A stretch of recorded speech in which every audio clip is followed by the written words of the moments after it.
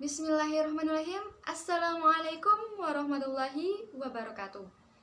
Di sini saya Dwi Nur Afifah, NIM T2019-1094 akan membahas tentang buku Bimbingan Konseling di Sekolah dan Madrasah karya Dr. Mulyadi SAG MPD. Di sini kita akan membahas bab 6, yaitu mengenai urgensi bimbingan dan konseling dalam pendidikan. Nah, dalam bab 6 ini terdapat dua sub pembahasan. Yang pertama yaitu peran bimbingan dan konseling dalam pendidikan, dan yang kedua yaitu urgensi bimbingan dan konseling dalam dunia pendidikan. Subbab yang pertama yakni tentang peran bimbingan dan konseling dalam pendidikan. Tentunya sudah kita ketahui bersama bahwasanya bimbingan dan konseling ini menjadi penting dalam dunia pendidikan. Mengapa? Karena bimbingan dan konseling ini merupakan suatu upaya dalam mengembangkan potensi yang dimiliki oleh setiap individu. Setiap individu memiliki potensinya masing-masing. Terkadang kita tidak bisa mengetahui potensi tersebut. Oleh karena itu, butuh atau perlunya peran bimbingan dan konseling untuk memudahkan siswa dalam mengenali jati dirinya, kemudian mengetahui potensi-potensi dalam dirinya, sehingga seseorang tersebut setelah ia mengetahui apa sih potensi dalam dirinya tersebut, maka barulah seseorang tersebut dapat mengembangkan potensi tersebut. Karena jika kita hanya berdiam diri tanpa melakukan suatu usaha, maka potensi yang ada dalam diri akan tetap terpendam dan tidak akan kelihatan ataupun dapat dikembangkan. Oleh karena itu, di sini peran dari bimbingan dan konseling ini untuk mengetahui atau agar siswa dapat mengenali dirinya sendiri dengan sebaik mungkin, mengetahui kelebihan dan kekurangannya, serta mengetahui apa sih potensi yang ada dalam dirinya sehingga ia dapat mengembangkan potensi tersebut. Samping itu, peran dari bimbingan dan konseling menurut Undang-Undang Nomor 20 Tahun 2003 tentang Sistem Pendidikan Nasional menyebutkan bahwasanya bimbingan dan konseling ini juga bisa menjadi penunjang dalam proses pembelajaran. Maksudnya adalah menjadi penunjang atau pembantu dalam pendidikan yang lainnya, yaitu mengenai pengetahuannya ataupun pengembangan potensi yang ada di individu tersebut. Bab yang kedua yaitu urgensi bimbingan dan konseling dalam pendidikan. Berbicara mengenai urgensi itu seberapa penting sih bimbingan dan konseling ini dalam dunia pendidikan? Ada beberapa alasan mengapa bimbingan dan konseling ini penting di dalam dunia pendidikan, yaitu yang pertama, perkembangan ilmu pengetahuan dan teknologi serta seni yang begitu pesat. Nah, jadi terjadi perubahan entah itu di sosial masyarakat, ekonomi, politik, dan lain-lain. Diharapkan dari perkembangan yang begitu pesat tersebut, seorang siswa dapat menyesuaikan diri dengan lingkungannya sehingga ia dapat mengambil manfaat dari perkembangan zaman tersebut dan dapat menyesuaikan diri dengan sebaik mungkin sehingga tidak ketinggalan zaman. Kemudian yang kedua yaitu makna dan fungsi pendidikan. Nah, kita perlu ingat terlebih dahulu, fungsi atau tujuan dari pendidikan itu apa? Yaitu membentuk suatu tingkah laku yang baik, merubah tingkah laku yang buruk menjadi tingkah laku yang lebih baik. Nah, ini sejalan pula dengan tujuan bimbingan dan konseling, di mana dalam upaya untuk mencapai hal tersebut perlu kegiatan-kegiatan ataupun arahan serta bimbingan dalam proses pembelajaran sehingga tujuan tersebut dapat tercapai. Ketiga yaitu guru. Tugas guru adalah mendidik dan mengajar peserta didik agar dia bisa berkembang seoptimal mungkin. Yang keempat yakni faktor psikologis, faktor yang ada dalam diri seseorang atau dalam diri siswa, di mana faktor psikologis ini setiap siswa berbeda-beda. Itu mengapa perlunya ada bimbingan dan konseling agar dapat mengarahkan seseorang dengan jalan yang benar ataupun dengan perkembangan yang baik. Namun di sisi lain, bimbingan dan konseling ini dilatar belakangi oleh beberapa faktor, yaitu faktor perkembangan pendidikan, kemudian faktor sosial kultural, dan faktor perbedaan individu. Pertama, yaitu faktor perkembangan pendidikan. Nah, faktor ini pula didasari oleh beberapa hal. Yang pertama, demokratisasi pendidikan. Kita tahu, arti demokrasi sebenarnya itu adalah memberikan kesempatan yang sama kepada setiap orang untuk memperoleh pendidikan. Nah, setiap orang ini berbeda-beda. Itu mengapa dalam proses pendidikan butuh penyesuaian terhadap perbedaan tersebut, sehingga perlu adanya bimbingan dan konseling ini agar memahami setiap perbedaan individu sehingga dapat selaras antara individu-individu yang mengikuti pendidikan dengan pendidikan itu sendiri. Kedua, yaitu perubahan sistem pendidikan. Kita pasti tahu setiap tahun atau setiap periode terkadang sistem pendidikan yang kita ikuti itu berbeda-beda. Nah, entah itu dari KTSP, kemudian K13, semuanya disesuaikan dengan tuntutan zaman.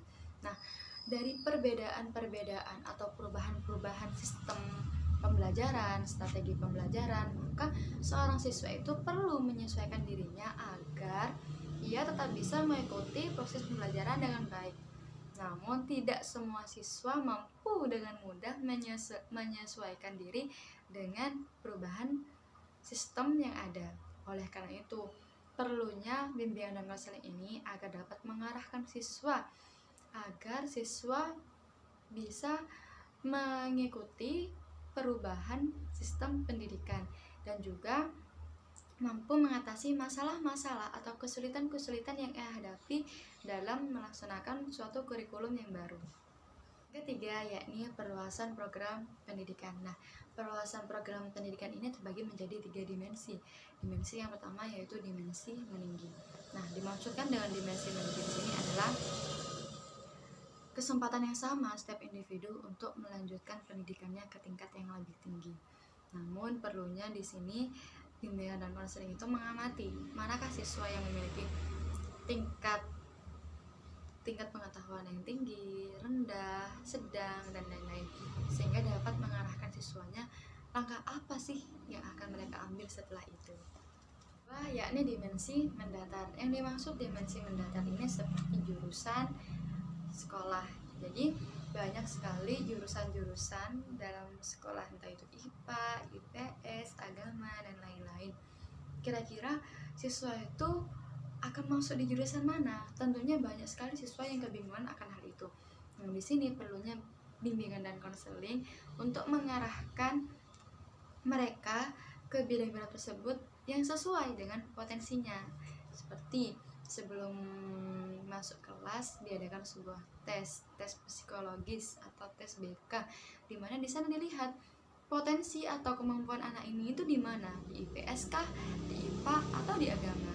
Nah, dari ketiga tersebut pasti ada yang lebih dominan. Nah, yang lebih dominan itulah yang akan menjadi potensi mereka yang akan mereka kembangkan ke depannya. Ketiga, yaitu dimensi mendalam. Yang dimaksud dimensi mendalam ini mengenai tentang kesukaran hidup, di mana seseorang dalam proses pembelajaran harus benar-benar matang dalam prosesnya, yaitu menguasai pengetahuan, kemudian keterampilan, agar dalam mereka menghadapi suatu kehidupan itu bisa menghadapi tantangan-tantangan yang ada di kehidupan. Karena dikenalkan bahwa kehidupan itu sulit, dan jika kita tidak memiliki bekal dalam menghadapi permasalahan tersebut, maka kita akan terombang-ambing oleh kehidupan.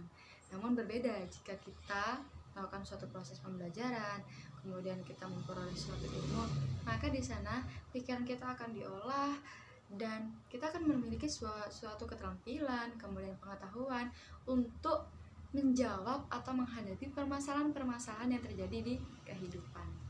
Kedua, yaitu faktor sosial kultural, di mana faktor ini faktor tentang sosial kita di masyarakat. Kemudian berkaitan dengan setelah kita melakukan pendidikan, kita mau kemana.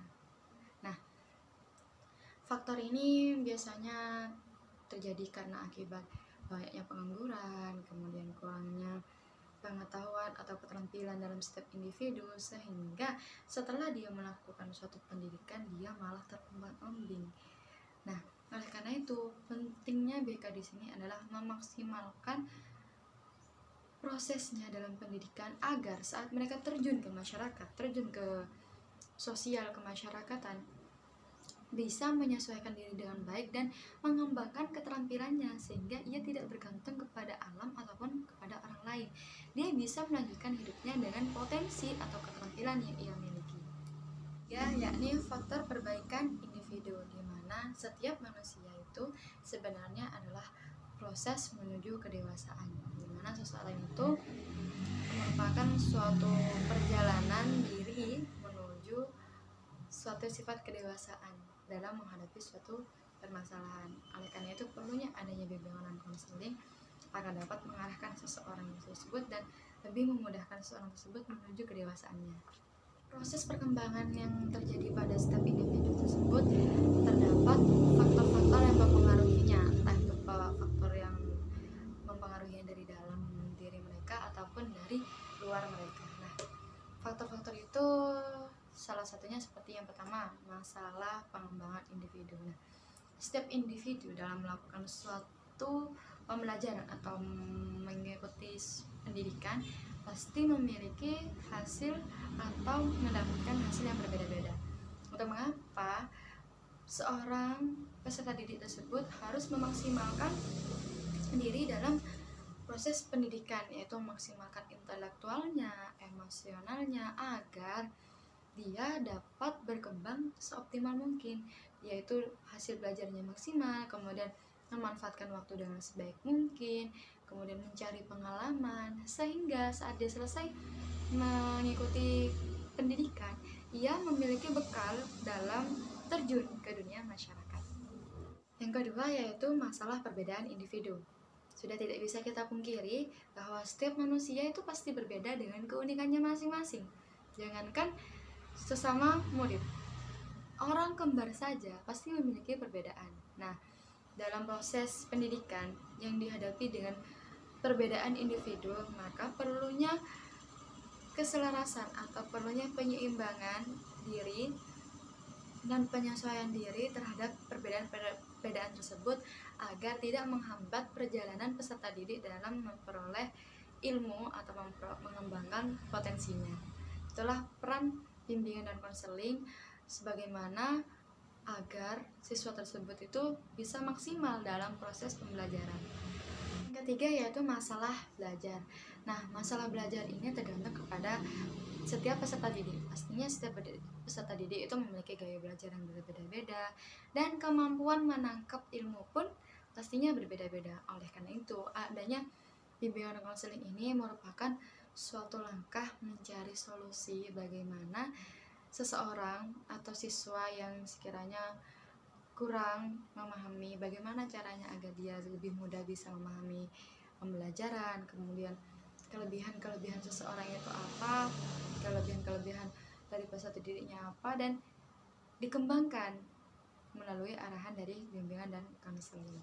Kemudian yang keempat yaitu masalah kebutuhan individu. Nah, setiap individu itu memiliki kebutuhannya masing-masing, seperti seseorang itu membutuhkan kebutuhan kasih sayang, kebutuhan penghargaan, kebutuhan rasa dihargai, dilindungi, rasa aman. Karena saat individu itu sudah mendapatkan kebutuhannya, sudah dia merasakan kasih sayang, maka ia akan lebih enjoy dan lebih nyaman dan lebih bersemangat dalam proses pembelajaran, sehingga proses pembelajaran memberikan hasil yang maksimal kepada orang tersebut.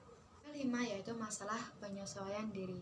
Banyaknya perubahan, banyaknya perbedaan dari luar itu menjadi penghambat tersendiri bagi setiap individu, apalagi bagi mereka-mereka yang sifatnya introvert, yang mereka itu sulit untuk menyesuaikan diri dengan sosialnya ataupun lingkungannya. Oleh karena itu, peran bimbingan dan konseling di sini bagaimana seseorang tetap dapat menyesuaikan diri dengan sosial dan lingkungannya meskipun terdapat beberapa kali perubahan, beberapa banyak perbedaan pun, tapi orang tersebut tetap bisa menyesuaikan diri, karena penyesuaian diri ini bukan sesuatu yang mudah jika seseorang tersebut tidak ada keinginan untuk, atau tidak ada gerakan untuk melawannya.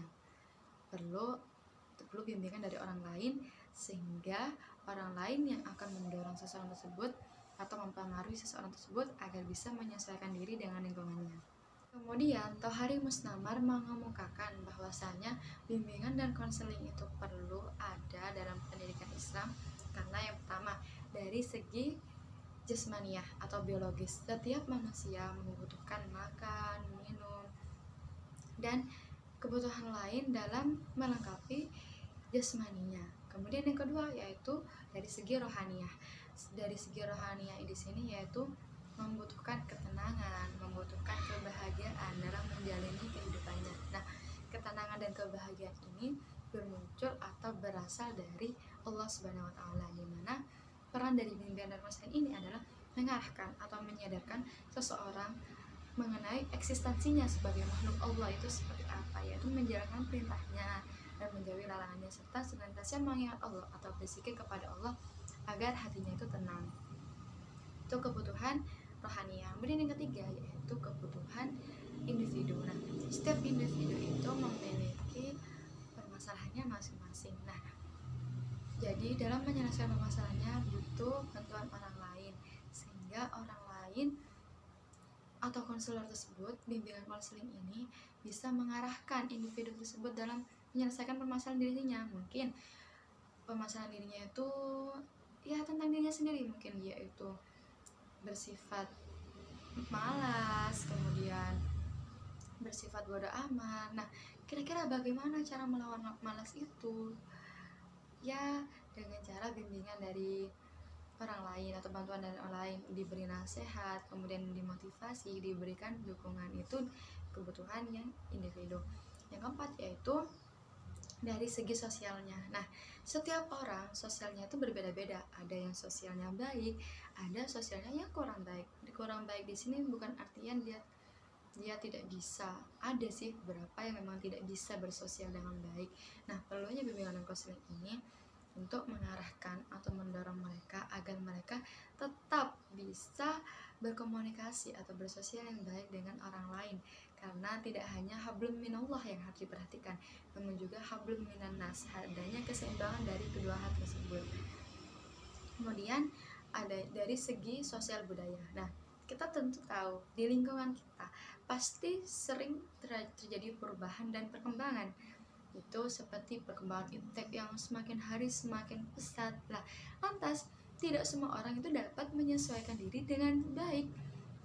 Nah, bagaimana agar kita bisa menyesuaikan diri dengan baik? Yaitu melalui peran dari bimbingan dan konseling. Nah, bimbingan dan konseling di sini mengupayakan agar seseorang itu dapat menyesuaikan diri bagaimanapun keadaan ataupun bagaimana perubahan yang akan dia alami. Jadi, seseorang tersebut akan siap terhadap perubahan tersebut dan dapat mengambil manfaat dari perubahan tersebut.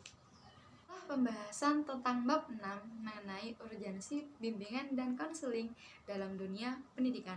Bagaimana sih peran bimbingan dan konseling itu dalam dunia pendidikan? Kemudian, seberapa penting bimbingan dan konseling dalam dunia pendidikan? Terima kasih, semoga hal ini bisa bermanfaat untuk kita semua. Saya mohon maaf atas segala kesalahan saya, entah itu dari tutur kata saya atau dari sikap saya. Terima kasih. Wassalamualaikum warahmatullahi wabarakatuh.